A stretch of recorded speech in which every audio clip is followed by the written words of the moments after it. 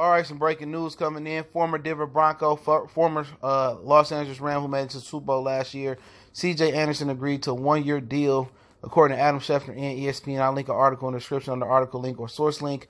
And he will be coming to the Detroit Lions to be a 1-2 punch, be a backup to Kerryon. I think it's going to be more of a 1-2 punch. He will assume that LeGarrette Blount role. Let's talk about it. But first, don't forget to follow us on social media. We're on Facebook, Instagram, Twitter. You also can reach out to the email if you have a business question, inquiry, sponsorship, or a video request you just want to chop it up. Appreciate everybody for checking back in. And great move by the Lions. A guy who value was depreciating every day on the free agent market, who probably didn't get the money he thought he deserved, coming off a hell of a run. He ran all over the Dallas Cowboys, I believe. He carried the running game after Malcolm Brown got injured. And Todd Gurley got injured. Yes, that Malcolm Brown, the Lions signed an offer sheet to, that the majority of the Lions fans thought that's who they were getting, until Los Angeles Rams matched his offer sheet. He returned to L.A., and pretty much we get C.J. Anderson, a back that for some reason nobody else wanted. And don't forget Jay Ajayi out there too. And last year he sat on the bench as well, after Denver cut him. And he sat in the free agency, and the L.A. Rams picked him up, and he was exactly what they needed. He was a fresh running back at the end of the season, going against banged-up defenses. Any run with a lot of power. He's going to assume that LeGarrette Blount role. It seems that Bob Quinn is putting a premium on a power back to be back there with Kerryon. And also, let me say what this means for Zach Zenner. Zach Zenner is just not going to be active on certain Sundays or Mondays, man. That's just what it is. They just keep fucking over Zach Zenner and don't believe he can carry the load. And that means theoretically he's still on the team. He may be your third down back. The ability to catch it out the backfield is huge on third down. And he does need to improve on his pass production. Was a little shaky last year, but that's something that he can work on and get better at. And he can occasionally take the ball as a draw or from the shotgun position, and he can make something happen a little bit. But for Zach Zenner, if I'm something this offseason, I'll be working on my ability to receive the ball out the backfield, running routes, Texas routes, out routes, option routes, wheel routes, all them type of routes to really continue and better my game.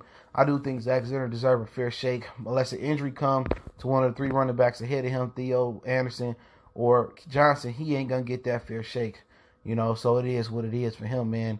But Anderson and Kerryon, like I said before, it's probably going to be more of a 1-2 punch. You heard Matt Patricia. I did a video last week, I think it was, when Matt Patricia said they still going to keep Kerryon on the pitch count like they did last year. A lot of people was wondering why Kerryon didn't get the ball more. It's because they wanted to preserve his body because he had a ton of carries and touches at Auburn, and they didn't really use him in the full capacity they could have, so they put a premium on his physical health rather than winning games, and that's why he didn't come back at the end of the year, and they want him to build his durability up. So Anderson going to get way more touches than you think he will. He's going to get just as many touches as LeGarrette Blount this last year. Now, it's going to prove, if Darrell Bevell or if the Lions can run the ball or not, because Anderson was running the ball just fine with the Rams, but also the Rams had a high-power offense where they was able to get the ball up and down the field. They had electric players like Brandon Cooks and Cup at one point. I think by the time Anderson got there, Cup might have got Torres Junk up and Robert Woods, and obviously Gurley, he was healthy out the backfield, is an issue. And for the Lions, they still, like I said, I felt the reason why I really wasn't all in on Anderson before this, and it's a good move, I felt that the Lions need a speed back, a back that was explosive, a back that could take the top off the defense in the receiving game and could take it to the house. They still lack that explosion in the backfield, and eventually, they lack that explosion in the offense. Other than Brandon Powell, who else is gonna take the top off the defense? Even in the reverse, the screen game, or down the field, or in the middle of the field in the slot where he liked to work at. Who else? Amendola, and Marvin Jones can get down the field in Galladay. But I'm talking about some guys that can take it from 1 to 0, but a real speed guy. So they still lacking in the speed position, and maybe Noah Fant, if they get him, can help in that aspect. But Anderson, I believe, is a really good pickup for the Lions.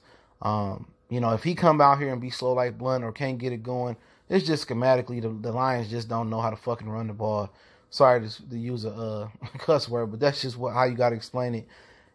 So we'll see, man. Good pickup by the Lions. Blessings to Motor City Sports Talk, everybody that's subscribing to your boy.